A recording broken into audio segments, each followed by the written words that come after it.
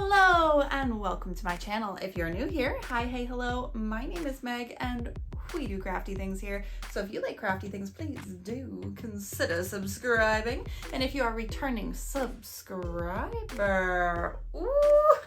thank you so much for subscribing and tuning in to another video. So today we're gonna jump down a little bit of a bookish rabbit hole. So today I'm going to wrap up all the books that I read in the month of September. So if you're interested in seeing what I read and what I have to say about them, then keep on watching. All right, so some of you may recall I used to do month-end wrap-ups, and they were kind of a combination of anything I was watching, listening to, reading, and what I was crafting. However, I didn't actually craft a lot this month. I did, however, read/listen to quite a bit. So I thought we would do a reading wrap-up this month because I have had people ask me for book recommendations too. So if you enjoyed this video, please let me know if you want to see more of it, and let's get right into it. I'm going to go chronological order, I think. So if you guys see me looking down, it's because I actually have everything wrote out, what I read this month, right down the bottom. I do have some of these books physically, but I did a lot of audiobooks this month. So for anything that I don't have physically, I will insert a picture of the cover so you guys know what to look for if you're interested in listening or purchasing it. So first, we're going to start off with the book I actually finished at like midnight of the last day of August, and it is a reread for me, but I do really love it, and that is Throne of Glass by Sarah J. Maas. I have read this book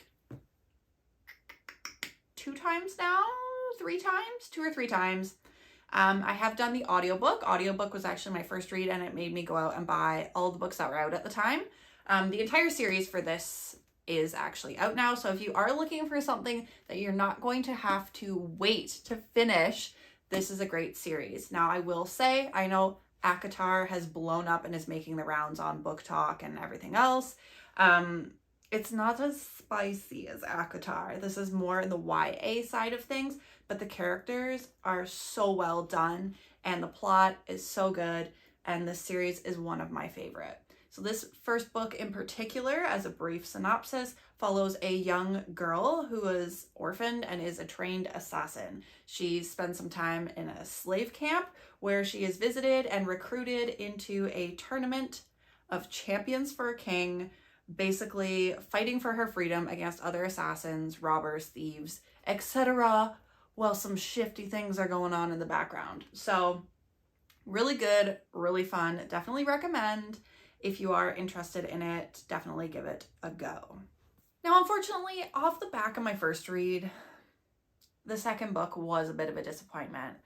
Now, I didn't actually jump right back into the Throne of Glass series, so I thought about it and I was like, that's a lot of books, and I have a lot of books on my TBR that I really want to get to. So I satiated myself with just the first book there, and I didn't continue with the series on this reread. I might pick up the second book here soon, but I went into a book that had been sitting in my Audible library for a long time, and I remember being so intrigued by the movie trailer because I hadn't actually heard the book before, and I ended up getting it with an Audible credit, and it's sat in my Audible library ever since, and that's Mortal Engines by Philip Reeve, or Reeve. This just really felt like it was for a much younger audience than me. I feel like maybe like 12-year-old Megan or like 11-year-old Megan, kind of like 10 to 13, I'd say, might have really enjoyed this. But I personally, at my age now, did not find the characters relatable. I did not find them endearing. I had difficulty seeing why anyone would like the characters. So this really wasn't for me, which is unfortunate because when I had seen the trailer, I was like, it's kind of an interesting premise. I just didn't feel attached to any of the characters, and it felt like very redundant. Like there was a lot of chases and near miss escapes, and it just felt really drawn out. So I think this is a 3 or 4 book series, and I will not be continuing the series. A brief synopsis is essentially this takes place in a futuristic world where cities and towns are now predominantly mobile. So they're structures built on wheels, and they kind of go to battle and stuff. And to survive, larger cities will consume smaller cities, and they basically like consume them, scavenge from their small towns, and basically the hero of the world, of a bunch of people that everyone thinks this guy is great, is found out to maybe have some dark secrets, some skeletons in the closet. And the main character finds out, and of course the hero starts hunting them to keep his dark past a secret. So that does sound interesting to you, or maybe you have a younger reader in your household that might be interested in it. I could really see a younger reader enjoying this a lot more than I did. Unfortunately for me, it was like 2 stars. I'm sorry. So let's talk about the next books I read. We had These Hollow Vows and These Twisted Bonds. They were a duology, both by Lexi Ryan. So I'll talk about them one at a time. So the first book is These Hollow Vows. And honestly, off the back of rereading Throne of Glass, and I actually reread all the ACOTAR books like the month before, I was really riding that fantasy wave, and I just wanted more and more and more and more fantasy. So I read the description on Audible of the series, and I was like, this sounds good. This sounds like what I want. Morally gray characters, high fantasy, fae, it sounds good. I wasn't disappointed, but I wasn't thrilled either. So this very much feels like ACOTAR fan fiction. Now there's nothing wrong with that. It's just, for me, if I have purchased a book, that's a bit of a turnoff for me. If I have gone on like Wattpad or fanfiction.net searching out fan fiction, then I would kind of expect to see this. Now, there were differences, don't get me wrong, there were some differences, and I did enjoy the book. Okay, I did enjoy the book, but I find it difficult to sink into a novel like really, really good if the entire time I'm reading it, I'm going, this seems really familiar. Wonder what's going to happen here. So for me, that was a little bit of a turn off. So I did rate the first book a 4 because I was like, okay, like there's action going on, there's things going on, there's a lot of parallels, a lot of similarities, but it is a little bit different. And it was good. Now, oftentimes what you see in fan fiction is if an author is just starting out, you'll see a lot of reoccurring scenes from whatever book, movie, or TV show. They generally won't branch out in setting. You'll see a lot of the characters tend to be quite parallel to what's happening in the book, movie, or TV show. And it's not until they've really sunk into either their story or gone into a sequel that you really start to see that kind of open up, and they take the characters almost as their own. And okay, now the characters are going to places that the author has created or made up, and not necessarily drawn that from the resource material. So that's kind of what this felt like, going in, finishing that first book and moving into the second book. I felt like there was a lot of potential.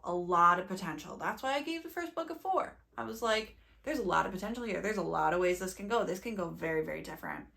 But, and I was excited for book 2 because I thought, here's where we expand and we branch off from that shell of ACOTAR.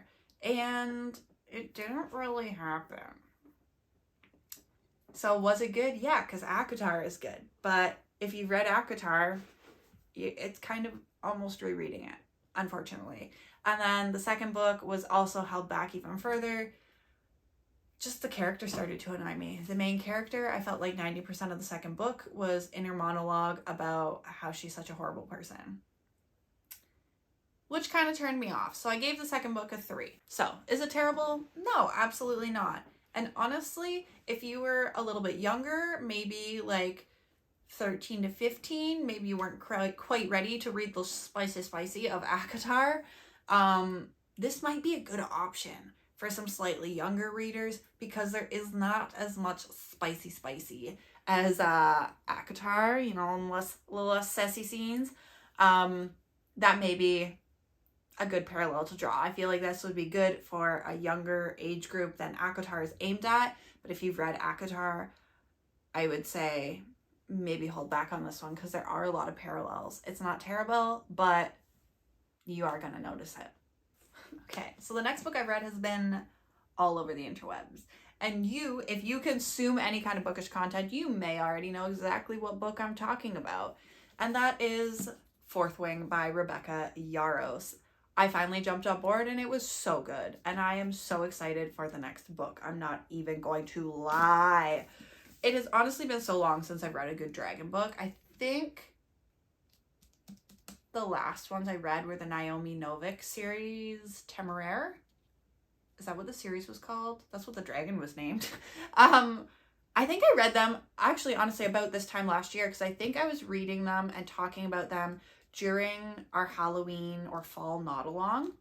So it's been that long. And then before that one, I think the only real dragon-centric book I had read was probably the Aragon series. So it's been a minute and I forgot how much I enjoyed a good dragon book, honestly. And I really liked this. So essentially, if by some miracle you are here watching book content with me and you don't know what this is about, I'll give you a brief synopsis. Essentially, the book takes place at a war college. So on this army base, our main character's mother is the commander. And when young adults are conscripted into the army, they basically have to choose a division to join, similar to, a normal army. Are you going to go armed forces, Air Force, Navy, what have you? So in this case, because there are dragons, there are, of course, riders. So our main character is a wee bit of a nerd, and she was going to go the scribe route and hang out in the library all day. Because, same girl. I'd probably do the same. But her mom is like, no daughter of mine will be a scribe. So her mom puts her into the rider program against her will. And the problem with that is that a very, very large percent of the riders die during training. So you kind of get the vibe here already that this is going to be a lot of survival, risk-taking, little bit of Hunger Games-esque content going on with people wanting to kill each other, fight to the death. There's dragons. There's attractive, morally gray characters. I mean, what is not to enjoy? This was like a 5 out of 5 for me. With that being said, highly recommend if you enjoy dragons and fantasy and you kind of like that Hunger Games-esque fight till the death, survive type book. This might be it for you. This might be it. Really enjoyed this. So the next book that I read was from the Audible Plus catalog, which is essentially, if you have a membership, there is the Plus catalog, which has a small selection of books that you can get in there and listen to without using your credits. Some of them are only in there for a very limited amount of time, and that was the case with this book. This book is Black Sunshine by Katrina Halley. Now, unfortunately, seems to be the trend. Off the back of a really good book, I get a rather meh book. Now, this book I knew was a vampire romance, okay? I knew that going into it, but off the back of just reading a dragon book that I hadn't read in a long time, I thought, why not revisit vampires? It's been a while since we did vampires, so I got vampires. And honestly, I'm not against heavy spice in a book, okay? I'm not against it by any means. But I do like there to be some actual story to it, because, that's why I'm reading. So, something like this, unfortunately, wasn't really great for me. Were the scenes well written? Yeah. But it felt like going on to the hub, if you know what I mean, and just literally writing the script into the book sort of thing, where the plot was kind of lousy, had a lot of plot holes, wasn't really driven anywhere, but there was a lot of schmexy scenes. So, depending on what you're looking for, that may be for you. Those scenes were written well, like I said, but the lack of plot kind of turned me off this one. So, do with that what you will. Brief synopsis: young woman is kidnapped by vampire and falls in love with vampire. We'll go with that. And that's 90% of the plot. So, Do with that as you will. I do feel like, since this was an audiobook, I will mention, I don't think the narrator was a great match for this book. Her voice was very like soft spoken, and she had a very nice voice, but I don't feel like even the small amounts of plot that were happening in this book weren't narrated in such a way to drive home like the excitement and action of what was supposed to be going on, which made it kind of a little lackluster as well. So do with that as you will. If that's something you are interested in, this might be a great one for you. I know this author has wrote a bunch of novels. I haven't read anything else by her, so if you enjoy her books, this may be one that you do enjoy as well. So the next book I read, after that kind of meh, I wanted to go for something I knew I was probably really going to enjoy, so I did go for a safe route option. Like, you know how some books you're just like, I know I'm going to enjoy this, and some books you're like, I don't know about this one. This was one I knew I was going to enjoy, and I can't believe I hadn't read it either. You may be looking at this and going, wait, Megan.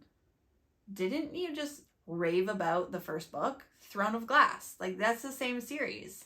And like, you aren't wrong. This is the prequel book, and I bought it when only 4 of the books were out. Like, I bought this a long time ago. And I never actually read it all. I read like one of the stories in it and didn't read the rest. So I finally sat down and read the rest. And honestly, it was so good. It was so good. It did what I wanted it to do, which was to make me feel happy about my books again.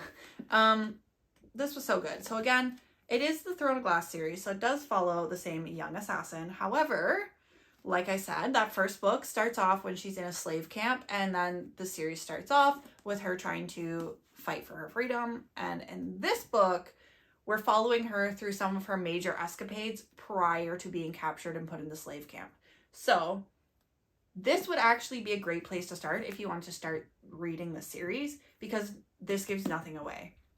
Like, there's some novellas or, prequels, that sort of thing, or short stories on the side that if you haven't read the whole series, they could give things away. That's not the case with this. This is purely stories that happen prior to the series that are mentioned in the series, but not fully fleshed out.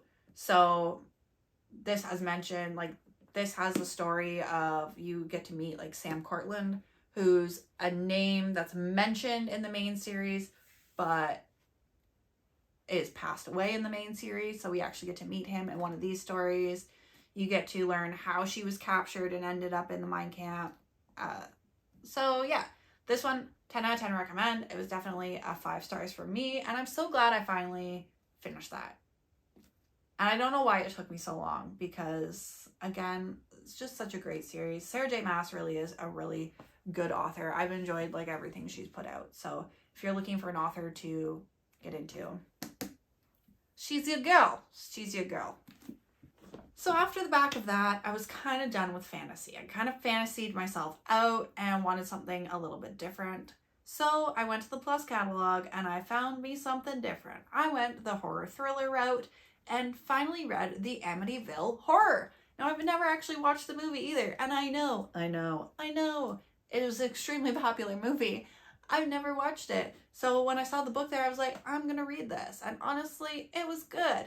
It was like creepy enough to just give you a little bit of a shiver, to make you be like, that's a little creepy. But by the end, it was starting to get a little bit predictable, especially if you watch a lot of the paranormal type shows and movies, that sort of thing. Like, it gave me very much like Paranormal State, like that TV show on A&E. You know the one I'm talking about. I know you know the one I'm talking about. That was out like years ago. It very much those vibes. Very much those vibes. So I really enjoyed it. Like, it was fun. Do I think it's like a literary masterpiece? Do I think it's one of my favorite books? No, but it was fun. It was good. I'd recommend. It did get to be a little, repetitive, but that being said, I'm not going to summarize this book because I feel like everyone knows of the movie or the book. But from the descriptions I read in some of the reviews, the book is definitely different than the movie. So if you haven't watched one or the other, maybe give it a try. Watched one or the other. If you haven't read it, but you've watched it, maybe give it a try. So then off the back of Amityville Horror, I was kind of feeling a true crime, dark, paranormal. I wanted something in that line. So I went to my Audible library and perused through what was in there, because I do have some biographies and that sort of stuff in there, but I have to be in a very specific mood to read that kind of thing, because I do quite like fiction and like fantasy, sci-fi, that sort of thing, fiction. Not so much contemporary fiction. Like I do, but not nearly as much. So I went with The Demon Next Door, which is actually a true crime novel that follows a murderer that lived in a small town in the United States, and it follows his crimes and how he was captured and all that stuff, and how it seems that his entire town basically forgot he existed and covered up some of these crimes, and there's a lot of people who didn't even, like, don't recall this guy, sort of thing. So it's kind of interesting. The narrator was a little bit uppity, like not to the point where it really bothered me, but I did read some reviews on Audible that some people did not like the narrator, that he was a little too chipper while he was reading through like what this guy did to people. So I didn't really find that, because I was reading it from like a factual perspective instead of a like story perspective, if that makes sense. Like if I was looking for a narrated story, he wouldn't have been a good narrator. But to deliver the facts, I'm kind of like, deliver the facts. I don't really care who's talking. So that may be something that you won't enjoy if you're looking to do the audiobook. But all in all, it was pretty decent. Again, not super great, not super horrible, kind of in the middle, kind of the theme of the month. The last book of the month I read, finally, we're here at the last one, and I have to read the title of this because it's actually very long, and I'm afraid I'm going to mess it up. And it is The Ballad of the Whiskey Robber, a true story of bank heists, ice hockey, Transylvanian pelt smuggling, moonlighting detectives, and broken hearts. I did this as an audiobook, and it was actually a really great audiobook. There's musical interludes, there's narration, and different characters doing dialogue. So it's not quite to the extent of like an Audible original or a audio drama, where that's more of like stripping back a story to a script type thing with minimal narration. This had full narration. There was just different people to like speak the voices of the different individuals within the story. And this basically follows a bank robber in Hungary named Attila, and essentially follows him through his years and years of getting away with robbing banks. And it's kind of funny, I'm not going to lie. It's like he starts out, he escapes into Hungary and joins a hockey team, but he's a terrible hockey player. And then he starts, I don't have money, so he starts smuggling pelts, like fur pelts from Transylvania to sell them on like the black market. And then he starts robbing banks because he needs money. And it's basically the story of how this man committed all these crimes and evaded police for years, essentially became like hero of the people for robbing and getting away with crimes. And it was pretty funny, I'm not gonna lie. It's one of those things where it's a little bit wild, so you have to laugh at it, and it was well done. So I did really enjoy it. It does have a good rating on Audible as well as Goodreads, so that's not just my opinion. But it was really fun. I'd give it like a 4 out of 5. It's probably one of the best biography style, life summarization books that I've read. It was not by Attila, it is by Julian Rubinstein, but it was very well done, and it does follow like all of his crimes and everything, and it is pretty funny. So I would definitely recommend, if you are into biographies and nonfiction and that's something you might want to read about, to give it a try. And with that said, that's everything I read in the month of September. So if you enjoyed this and you'd like to see me talk about books more, maybe next month I could do a wrap up as well, then let me know down below. If you have any book recommendations based off what you heard me say here, also leave those below because your girl likes to read. I will not lie. And with that said, folks, I will see you all next time. Bye.